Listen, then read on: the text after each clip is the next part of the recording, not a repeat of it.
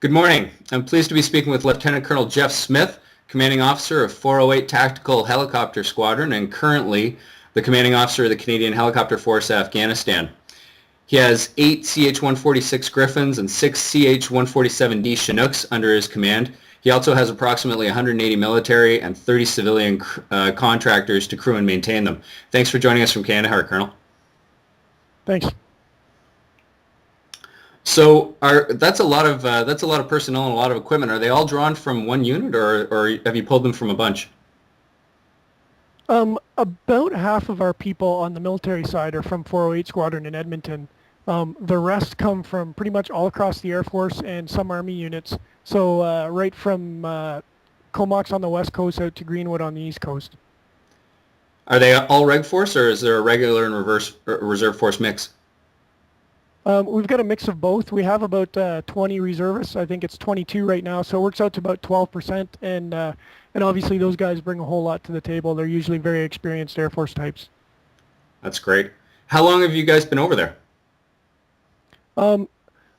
Most of my unit deployed in mid-October, though some of our Chinook crews rotate out on a monthly basis. So the whole unit really is going to spend 9 months in theater, except for some of the Chinook crews who will spend 6 months. So each month I get a new Chinook crew. So some of them just arrived, a few days ago, and some of them have been there for 5 months. Wow, why is that? Basically, it's to keep up the level of experience for Chinooks. Because we don't have any Chinook aircraft in Canada to train on like we do with the Griffin, the crews that come over here, if we were to replace them all at the same time, we'd go back to essentially no experience, the guys that have just done their training but don't have any theater experience. So to be able to keep a level of experience kind of consistent across the operation, we trickle them in. Okay. Obviously, training before a mission like this is extremely important. What sort of training did you do prior to deployment? And how did I know that there was a crash at a FOB last year. How did that change the training that you were doing pre-deployment? The pre-deployment training we did was pretty much routine pre-deployment training for anyone who's coming into theater. So it ranges from the very basic individual training, like doing first aid training, combat first aid training, weapons handling, all the way up to complex, what we call collective training. So we work through a series of exercises, starting off at the lower levels and then building the team together into the whole unit. And that culminated with an exercise called Wing Warrior that we did in Edmonton. And it was a computer-assisted exercise where we ran the exact scenarios that we kind of have run into here. So from a collective training point of view, everybody had a chance to gel as a team. We went to the field in Suffield out in Alberta there with the Army troops that are here on the ground with us now. So we worked with the Air Force and the Army and brought our own team together. We went to Wainwright, same thing at the Maple Guardian exercise you've probably heard about, which is kind of the Army's big collective training exercise. We sent most of the crews down to Arizona to fly in desert conditions, and that was one of the, I guess, the training fallouts that came out of the previous crash. Even though we didn't have the exact details and we still don't know, the investigation isn't completely finished, we felt it prudent to go down and do a little bit more desert flying training and get into the dust ball conditions and do that. So essentially we trained for about 9 months, which in my view is probably a little bit too long, but I have no doubt that it's paid off because it shows in the professionalism of our crews here now. That's fantastic. What type of missions are you running, and are those different than how you've trained? The missions themselves aren't really different. I'd say in theater they're much more complex.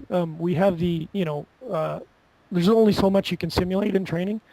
We can't build an entire Afghanistan with real insurgents on the ground and a continuously fluid intelligence picture with friendly troops and everybody moving around out there. So things that we're doing here are more complex, but generally speaking, it is very close to the way we trained, which is a testament to how our guys have set up our training plan.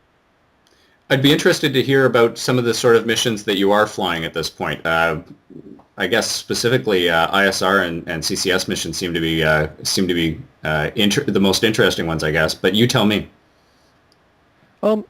the vast majority of missions we do are routine sustainment missions with the Chinooks.